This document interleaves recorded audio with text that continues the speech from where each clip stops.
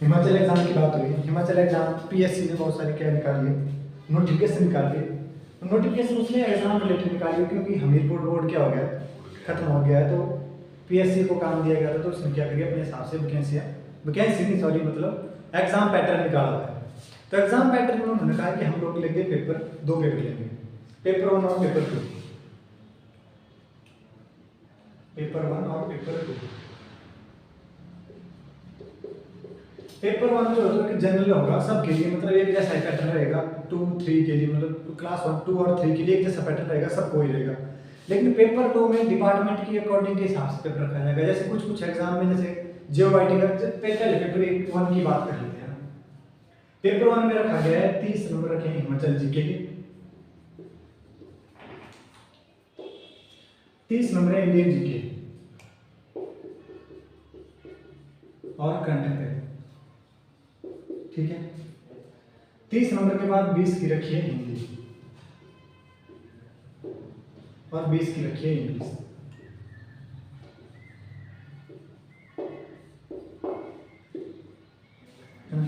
देखने में ये पैटर्न साधारण लग रहा है कि साधारण पैटर्न में 30 जीके के 30 जीके के, लेकिन ये कहीं ना कहीं मतलब एक प्रकार से आपके मानसिक विकास की ओर जोर दे रहा है।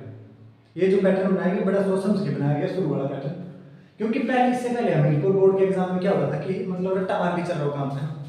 मंडी जिले में कितनी झीलें हैं, यहाँ पे कौन सी झील है, मतलब रट्टा मार के चलेगा, रट्टा मारे यहाँ पे रट्टा मार पढ़ाई पर थोड़ा कम जोर लगेगा। क्योंकि हिमाचल जीके में तो चलो कुछ हद तक रट्टा लगेगा, ठीक है। हिंदी और इंग्लिश में रट्टा नहीं लगेगा, करंट अफेयर में भी रट्टा नहीं लगेगा। अब यहाँ पेपर 1 में ना साइंस को मेंशन नहीं किया गया कि साइंस होगी कि नहीं होगी। जीके और मैथ और रीजनिंग तो कंफर्म हो गया कि नहीं होगी, लेकिन यहाँ पे साइंस को कंफर्म नहीं किया गया। इंडियन जीके होगा, इंटरनेशनल जीके होगा, वो तो यहाँ पे बात कर दी गई है। करंट अफेयर के क्वेश्चन 30 हो गए, सारा मिला के रखा गया, लेकिन साइंस का क्वेश्चन यहाँ पे पूछ सकता है, क्योंकि करंट अफेयर में कहीं ना कहीं वो साइंस घुसा सकता है। इसमें हमें साइंस की भी तैयारी करनी पड़ेगी। ऐसा साइंस को ऐसा मान के चल सकते कि साइंस आएगा ही नहीं, क्यों? क्योंकि करंट अफेयर लिखा है तो कुछ क्वेश्चन जैसे बड़े एग्जाम में यूपीएससी में क्या होता है, वहाँ पे साइंस जो साइंस होता है वो करंट अफेयर से जोड़ के आता है। तो यहाँ पे भी ऐसा हो सकता है कि साइंस आपको किससे जोड़ के पढ़ाया जाए, करंट अफेयर से जोड़ के पढ़ाया जाए। तो ये है मतलब कहीं ना कहीं रटने की प्रवृत्ति को दूर किया जा रहा है, सोचने की मानसिक विकास पर ज्यादा ध्यान दिया जा रहा है। हिंदी और इंग्लिश में आपकी पकड़ अच्छी होगी तो अच्छा होगा, है ना। हिमाचल जीके में काफी हद तक क्या लगेगा, तो कर लगेगा, रट्टा भी चलेगा इसमें, लेकिन यहाँ पे थोड़ा करंट अफेयर में रट्टा कम लगेगा। ये थोड़ा पेपर 1 का सिलेबस, ये रखा गया सिर्फ 35% पास मार्क।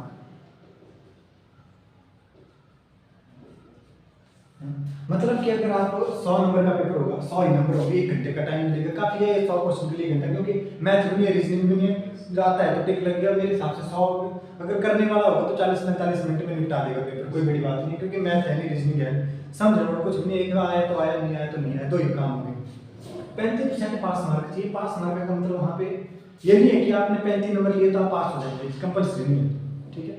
यहाँ पे उन्होंने एक और बात कही है, जो पेपर 2 होगा, पेपर 2 में हम लोग पेपर जितनी पोस्ट होगी उसका 20 गुना लेंगे। अगर मान लो 2 पोस्टें हैं और 100 लोगों ने फॉर्म भरा है, 100 लोगों ने 35% से पास करके रखा है, मतलब 100 लोग ऐसे हैं जिसमें से 2 पोस्टों के लिए जिन्होंने 35% पास करके रखा हो, तो 100 के 100 अगले राउंड में जाएंगे, 20 गुना जाएंगे। मतलब कितने लोग जाएंगे टोटल, 40 लोग जाएंगे, है ना। तो यहाँ ये मान के मत चलो कि 35% हो जाएंगे तो अगले राउंड में जाएंगे, ये कंपल्सरी है। अगर 20 गुना की आप कैटेगरी में नहीं आते हैं तो आप नहीं जाएंगे, चाहे आप 41 नंबर पे क्यों नहीं हुए, कोई लेना देना नहीं उससे। मतलब ये 20 गुना रखा गया कि 20 गुना आगे जाएगा, बाकी क्या हो जाएगा, रिवर्स हो जाएगा। तो 35% ही मान के मत चलो कि 35% से हो जाएगा, नहीं, मतलब हाईएस्ट नहीं चलेगा, लेकिन 20 गुना की कंटिन्यू में। पेपर 1 का सिलेबस को दे दिया गया इस प्रकार से, पेपर 2 का सिलेबस भी दिया है। पेपर 2 का सब कुछ डिपार्टमेंट के पेपर होते हैं, जैसे जीओआईटी का पेपर है। अब ये पैटर्न लगाएंगे तो जेआईटी का तो सिलेक्शन हो गई, क्योंकि उसको तो कंप्यूटर में काम करना है, तो कंप्यूटर का तो यहाँ कोई क्वेश्चन नहीं है ना। अगर मान लो किसी ने कोई मतलब और कोई एग्जाम जैसे कोई ड्राफ्टमैन है या कोई आईपीएच में, तो उसमें तो उसको तो इस अपने सब्जेक्ट का नॉलेज होती है। तो पेपर 2 के सिलेबस के बारे में बताया गया है कि हम लोग समय समय पर क्या करेंगे, सब्जेक्ट से क्वेश्चन होंगे, तो ये पूछा जाएगा किसमें, पेपर 2 में। पेपर 2 जो 120 का दिया गया है, 120 नंबर का रखा गया, उसमें पर्सनल जोड़ा गया 30% को, बात की बात है। और दोनों एग्जाम में क्या जोड़ा गया है, नेगेटिव मार्किंग जोड़ी गई है।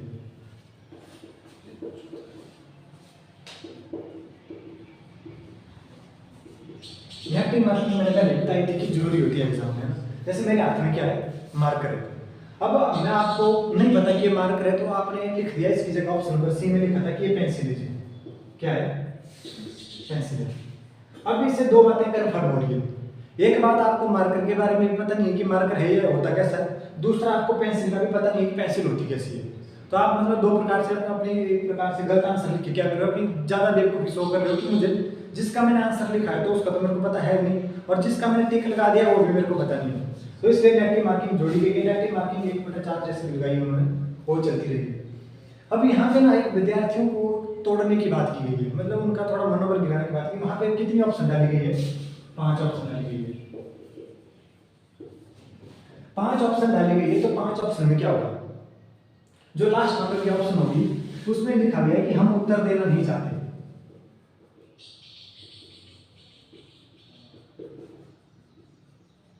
उत्तर नहीं देना चाहते, है ना, ये लिखा गया। अब फॉर एग्जांपल मान लो 100 क्वेश्चन आए हैं पेपर में, 20 के वो आंसर नहीं करना चाहता, वो करना चाहता है 80 क्वेश्चन। तो 20 की जगह उसको ये लास्ट वाला भरना पड़ेगा, 20 जगह उसकी जगह पे कम से कम उसके इसमें 6 मिनट वेस्ट हो गए। अगर ऑनलाइन एग्जाम की बात की तो 6 मिनट में तो बंदा पूरा जीके निपटा देता है, 25 क्वेश्चन, 25 को इंग्लिश भी निपटा देता है, 2-4 क्वेश्चन इंग्लिश में पहुंच गया होता है। तो यहाँ तो 6 मिनट में मतलब बिना मतलब का काम भरने का काम है। अगर आप इसको खाली छोड़ते हैं, ऑप्शन नंबर ई को खाली छोड़ते हैं, तो ये नेगेटिव मार्किंग काउंट होगा। किस में काउंट होगा फिर, नेगेटिव मार्किंग लगेगी इसकी। ये होगा 5 ऑप्शन दी गई है, ऑप्शन नंबर ई मेरे कहा कि उत्तर नहीं देना चाहते, और अगर नहीं दिया, अगर खाली छोड़ दिया तो किस में काउंट होगा, नेगेटिव मार्किंग में काउंट होगा। ये भी हो गया। नेगेटिव मार्किंग के साथ क्या है कि इसमें क्या बोला, इसमें अब एक और बात यहाँ पे कंफ्यूज रखा हुआ है, एक मेरे को भी मिला 2-4 दिन पहले कि शिफ्ट में पेपर होगा, 2 शिफ्ट में पेपर होगा, एक में दोनों एक दिन ही हो जाएगा। ऐसा नहीं होगा। शिफ्ट के पेपर का मतलब है कि जैसे मान लो अभी आपने कुछ एसएससी के जो एग्जाम होते हैं सेंटर के, तो शिफ्ट में नहीं होते, ज्यादा बच्चे हो जाते हैं, एक जगह उनके लिए क्वालिटी नहीं पहुंच पाती, तो इसलिए क्या रखा जाता है, शिफ्ट में रखा जाता है। तो जैसे मान लो, और ऐसा नहीं बोला गया कि सारे एग्जाम कंप्यूटर पे ही होंगे, कंप्यूटर में भी हो सकते हैं, ऑफलाइन भी हो सकते हैं, दोनों मोड वहाँ पे लिखे हुए, जरूरी नहीं है कंपल्सरी कंप्यूटर में ही होगा, ऑफलाइन भी हो सकता है। दूसरा, वहाँ पे शिफ्ट की बात की गई। शिफ्ट में मान लो जैसे कंप्यूटर में एग्जाम होगा और पूरे हिमाचल में अवेलेबल है इसमें 20,000 कंप्यूटर। कितने कंप्यूटर है, 20,000 कंप्यूटर अवेलेबल है, लेकिन जो कैंडिडेट है वो है 40,000। दस थोड़ी क्या उनका क्या होगा, तो इन 20,000 की जगह क्या होगा, अब 20,000 अब शिफ्ट में पेपर होगा, और शिफ्ट उसी दिन शाम को हो जाएगी। जिस दिन सुबह मान लो सुबह जैसे मॉर्निंग शिफ्ट में 20,000 का एग्जाम हुआ, और शाम को 20,000 उसी शिफ्ट का एग्जाम हुआ, और दोनों के लिए पेपर क्या रहेगा, अलग अलग रहेगा। सुबह में पेपर अलग आएगा, शाम को पेपर दे दिए तो आपने एग्जाम काफी ज्यादा है। जब शिफ्ट चेंज होती है तो पेपर भी तो चेंज हो जाएगा, नहीं तो पीछे वाले शिफ्ट का बंदा अपना कोई गएगा, अगले वाले शिफ्ट में बता देगा, तो तब पेपर चेंज होगा। अगर एक ही शिफ्ट बनती है पूरे एग्जाम की तो पेपर चेंज नहीं होगा। ये भी होगा, सब बढ़िया है, कोई समस्या। हिमाचल वाले आधा हिमाचल ऐसे डर के बैठा हुआ कि पीएससी एग्जाम ले रहा है तो मुश्किल पेपर आएगा, ये हो जाएगा।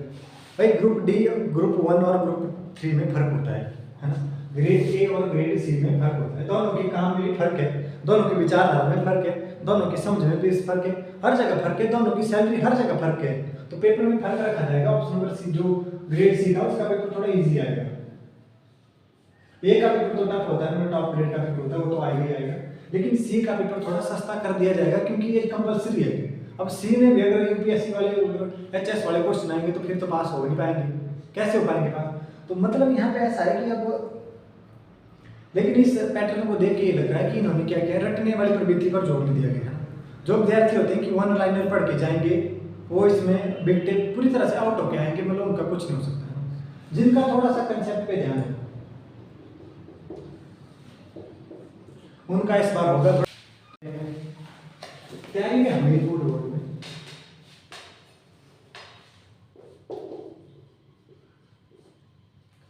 हमीरपुर बोर्ड में होता था ऐसा कि अगर आप थोड़ा रट्टा लगा देते हैं तो आप मतलब बहुत कुछ करके चले जाएंगे,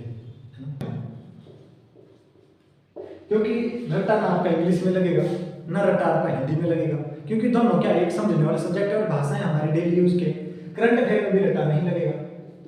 हिमाचल में भी आप लोग बहुत हद तक रट्टे को क्या कर सकते हैं, छोड़ सकते हैं। बहुत मतलब बहुत कम होता है, रटने की जरूरत होती है। ऐसा नहीं, मैंने नहीं कहता कि रटना नहीं पड़ेगा, सारा चीज़ समझ हो जाती, फैक्ट आपको रटना पड़ेगी। लेकिन अब एग्जाम आप देखोगे, अभी आप भी एग्जाम दे के आ रहे हैं, मैं भी एग्जाम दे के आ रहा हूँ कुछ दिन पहले, तो क्या हो रहा है कि फैक्ट थोड़ा कम कर दिए गए हैं। अब ऐसा नहीं पूछा जा रहा है कि ये इसकी राजधानी बताओ, यहाँ पे झील कौन सी, ये नहीं पूछेगा, क्रम में लगवाएगा या कुछ और करेगा। जैसे कि चंबा में ज्यादा झील है, तो चंबा में तो एक तो पूछेगा कि कौन सी झील है ऐसे, तो दूसरा पूछेगा कि इन 3 झीलें उनमें से सबसे ऊंची झील बताओ, तो वहां पे थोड़ी रट्टा लगेगा, है ना। पूछ लिया जाएगा कि जैसे कुछ ये पूछ लेगा कि इस राज्य की सीमा इसके साथ क्यों नहीं लगती है ना। या मान लो 4 स्टेट की क्या कर देगा, राजधानी दे देगा, कैपिटल देगा। उन कैपिटल को जैसे एक दे देगा पटना की, शिमला,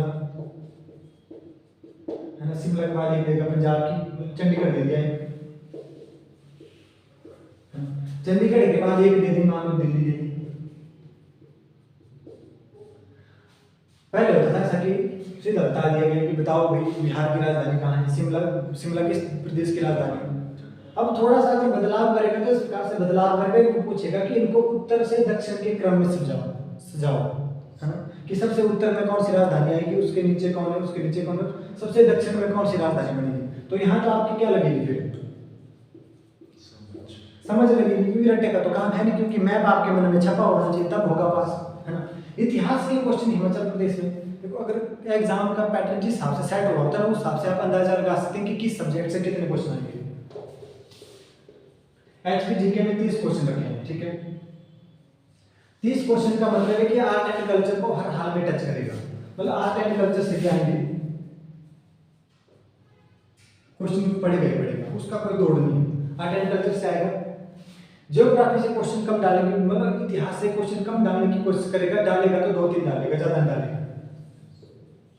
और हिमाचल का इतिहास इतना मतलब जैसे इतिहास पर ज्यादा रिसर्च हुई भी नहीं हिमाचल प्रदेश में, तो उसमें प्रयास क्या होता है कि बहुत कम पेपर डाला जाए, बड़े एग्जाम के लिए 2-4 जगह से डाल देता है, बाकी छोटे एग्जाम में हिमाचल इतिहास का क्वेश्चन कम डालता है, ठीक है। उसके बाद ज्योग्राफी से क्वेश्चन डालेगा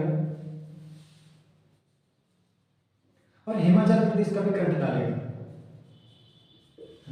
और अब इंडियन जीके की बात हो रही है,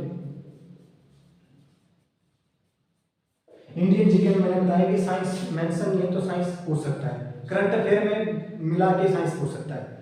दूसरा इंडियन जीके में अगर उसमें इंटरनेशनल की बात की गई, इंटरनेशनल में करंट अफेयर इस प्रकार से पूछेगा अगर कोई ज्यादा ही चर्चित व्यक्ति है, जैसे वर्तमान में अगर रूस यूक्रेन का मामला है तो यहाँ से क्वेश्चन डालेगा, या जैसे पीछे एग्जाम हुआ तो उसमें इंटरनेशनल करंट अफेयर के रूप में ब्रिटेन के प्रधानमंत्री के बारे में पूछा गया था।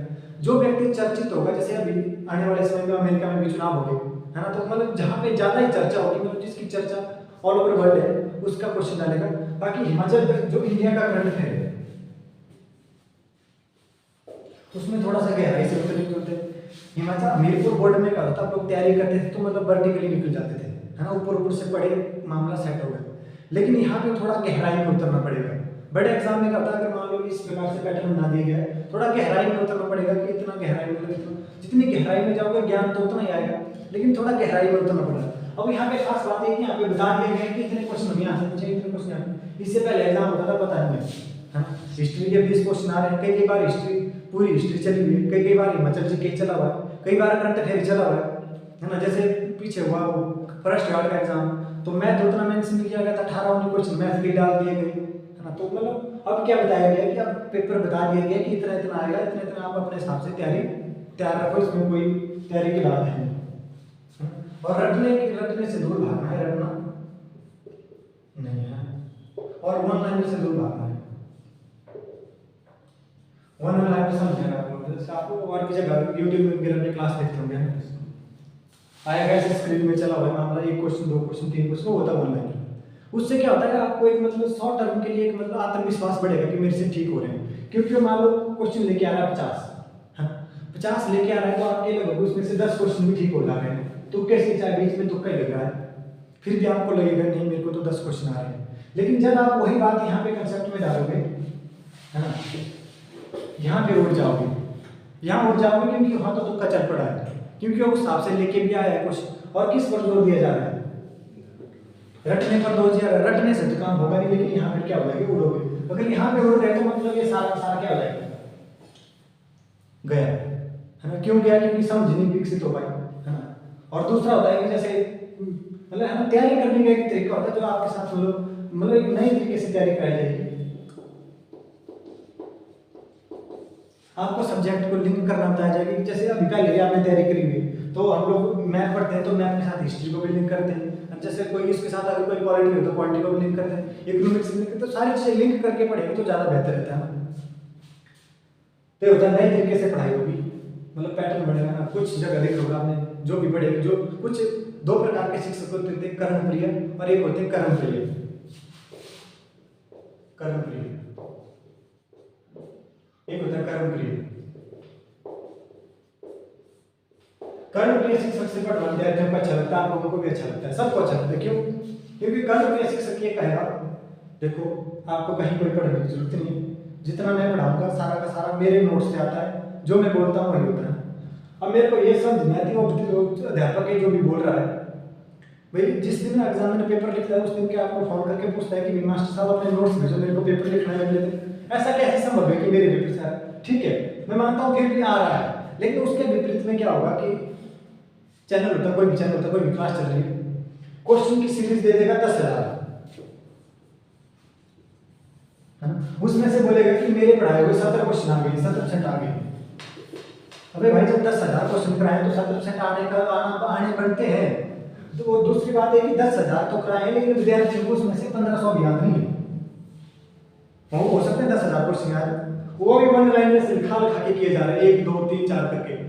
इंडियन मैप मेरे साथ पढ़ा आप लोगों ने, उसमें पूरे इंडियन मैप में कम से कम आपने 4,000 क्वेश्चन याद किए और आपको याद भी हुए, ऐसा तो नहीं हुए याद, हुए ना सारे सारे याद। क्यों हुए याद? क्योंकि वहां पे रटाया नहीं गया, वहां पे क्या करा गया, समझाया गया, मतलब दिखाया गया कि यहाँ पे ऐसा यहाँ पे ऐसा, तो आपको 4,000 क्वेश्चन के लिए याद हुए। जब पेपर में हुए तो आपसे ठीक भी हुए, तो वो ये 10,000 क्वेश्चन। दूसरा होता है कर्मप्रिय शिक्षक। कर्मप्रिय शिक्षक का मतलब होता है कि वो ऐसे नहीं कहेगा कि मेरे नोट से आएगा, प्रयास यही रहता है कि ज्यादा से ज्यादा क्वेश्चन लड़ जाए, मतलब कि ज्यादा से ज्यादा क्वेश्चन पढ़े पेपर में। जो मैं अगर आ रहा हूँ तो मतलब तो ध्यान में रखा जाएगा कि अगर मान लो कंडक्टर की तैयारी हो रही है तो कंडक्टर को ध्यान में रख के कराया जाए, मतलब कि ज्यादातर ऐसा हो, मतलब कि ऐसा नहीं कि 10,000 क्वेश्चन याद करना पड़े फिर भी पेपर पास ना हो रहा है, मतलब ऐसा करें कि 1200-1500 क्वेश्चन कराएं और उसमें से ज्यादातर क्वेश्चन क्या हो जाए कंडक्टर के पेपर बन जाए, और उसके बाद उसमें थोड़ी सी मानसिक विकास कर दिया जाए। अब ऐसा तो कभी नहीं होगा कि उसको सारा पेपर आता हो, ये तो मैं एज ए टीचर मेरे को मैं 20 बात का कन्फर्म नहीं कर सकता कि मेरे को 100% पेपर आता होगा। तो उसमें बीच में क्या होगा कि जैसे आपको 70 क्वेश्चन आपको कन्फर्म हो जाते हैं कि मेरे को आते हैं, उसके बाद अगर आप रटेंगे नहीं समझेंगे तो इस 30 क्वेश्चन में आप लोग काफी हद तक ठीक कर पाओगे, क्योंकि समझ विकसित हो जाती है तो आप करीब पहुंचते हो उत्तर के, है ना। अगर फॉर एग्जांपल जैसे अभी आपको ये 4 एग्जांपल लिए मैंने, समझ के हिसाब से आपको 3 का तो पता है कि मेरे को 3 तो आते हैं, मेरे को पटना का नहीं पता है कि ज्यादा ऊपर है कि ज्यादा नीचे है, तो आप ऑप्शन में भी तो लगा सकते हैं नीचे आइडिया कि ये तीनों तो क्रम में दे दिए गए हैं। अब इसमें से मान लो 1 नंबर पे ये होगा, 2 पे ये होगा और 3 पे ये होगा, है ना, चौथे में जाएगा ये नंबर।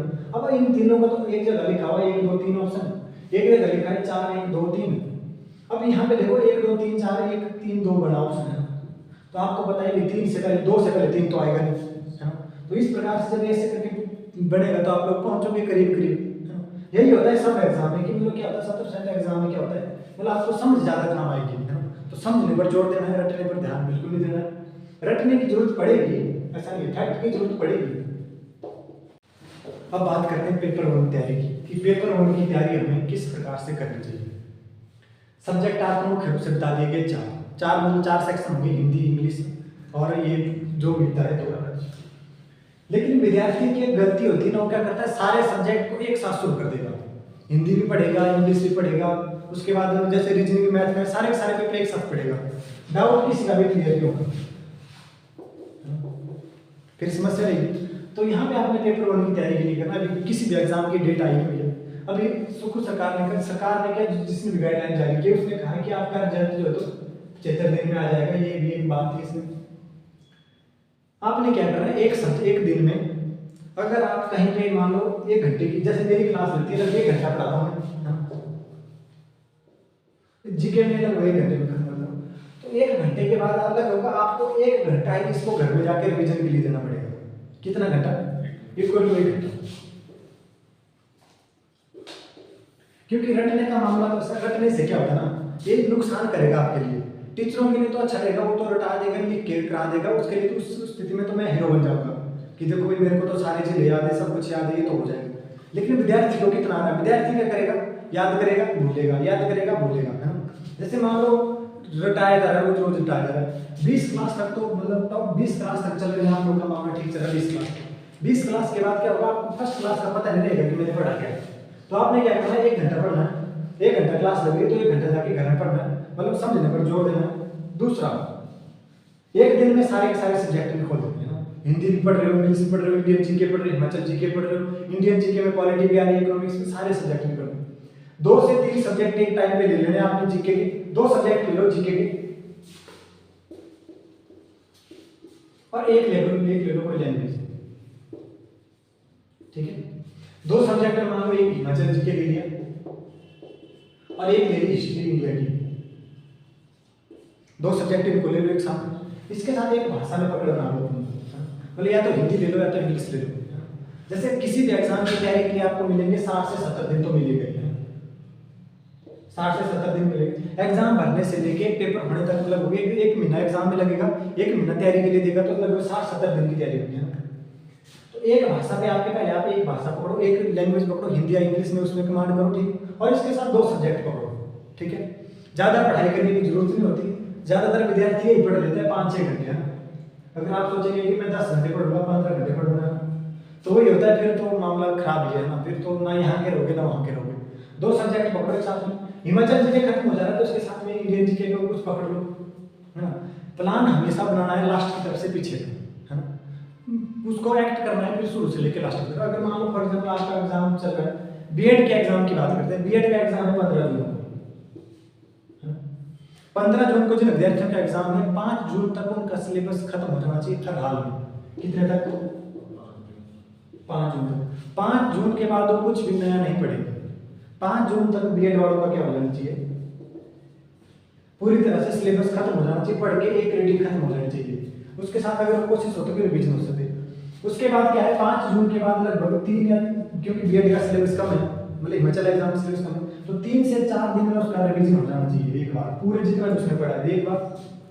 15 जून का पेपर है, लगभग 9 जून के बाद उसको 14 जून तक वो सिर्फ क्या देगा, टेस्ट देगा। हर एग्जाम की एक रणनीति होती है आपके पास, है। शुरू में पहले क्या करो, ठीक उसके कुछ दिन पहले अपना सिलेबस खत्म करो, उसमें एक बार रिवीजन करो, रिवीजन करने के बाद उस पर लगातार प्रैक्टिस सेट लगाओ, तब होगे पास, है। और एक टाइम पे 2 सब्जेक्ट खोलो, 2 से ज्यादा खोलोगे तो आपको समस्या हो जाएगी फिर, है। अगर एक टाइम पे हिस्ट्री भी पढ़ोगे, पॉलिटी पढ़ोगे, ये पढ़ोगे तो फिर तो मतलब सारा बाउंस होगा, है। एक टाइम पे एक भाषा पकड़ो, एक भाषा पकड़ने के साथ जब आपको लग रहा है कि जैसे आपने इंग्लिश पकड़ी है, पहले आप पढ़ रहे हो इंग्लिश, अगर आपको लगता है इंग्लिश का सिलेबस मेरा 70% तक खत्म होने वाला है, तो उसके साथ में हिंदी लगा दो, क्योंकि फिर ये दोनों सब्जेक्ट थोड़ा थोड़ा मर्ज हो जाएंगे कहीं ना कहीं, है। कुछ मुहावरे लोग थे यहाँ पे आ जाएंगे, कुछ मुहावरे लोग थे यहाँ पे आ जाएंगे, तो उसके बाद हिंदी शुरू कर दो। बाकी जीके के 2 सब्जेक्ट है, तो आपके पास चले रहने चाहिए, है ना। जब तक आपका पेपर का मतलब रिवीजन होता है तब तक आपके पास ये चलते रहना चाहिए। अब यहाँ पे करंट अफेयर के लिए आप क्या करेंगे, थोड़ा थोड़ा डेली पढ़ेंगे, लेकिन 15 जून का पेपर है तो 1 जून के बाद आपका ध्यान करंट अफेयर पे भी होना चाहिए।